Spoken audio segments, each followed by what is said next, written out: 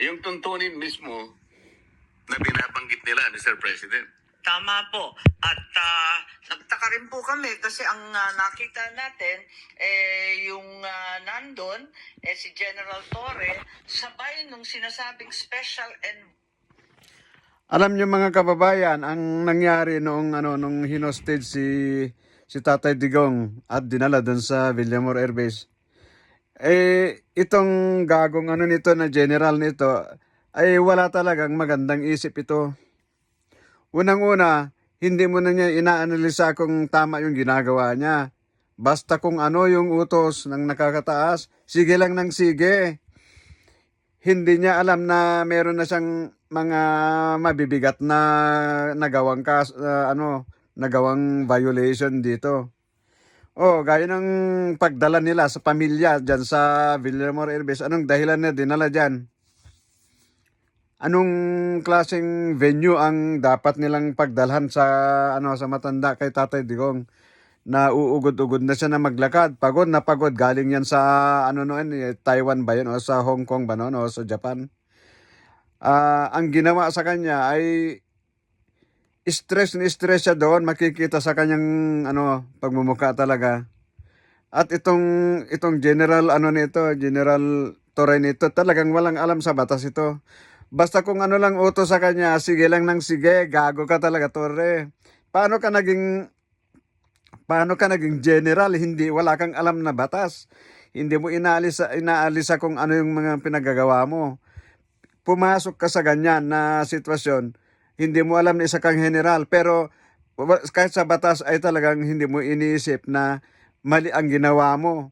Paano ka naging general? Hindi mo nga alam yung masama eh. Yung pagdala mo sa pamilya Duterte diyan sa Villamor Air, pwedeng tawaging act of terror yon, hostage yon. Pwedeng magtawaging hostage yon. Alam mo kung bakit? Kasi dinala nyo sila doon. Anong dahilan na magdala ka ng isang pamilya sa isang lugar na wala kang pahintulot mo na bago mo sila dadalhin? Kailangan may pahintulot ka kasi lahat tayo ay may karapatan.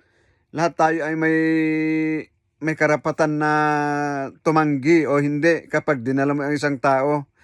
Wala kang alam talaga sa batas. Isang isang mabigat na kaso sana yon. Act of terror. Hostage yon. Kulang na lang patayin ninyo sila na yung anak ng ating ng dating Pangulo na sino ba yan? Si Kitty Duterte. Si Ma'am Kitty Duterte.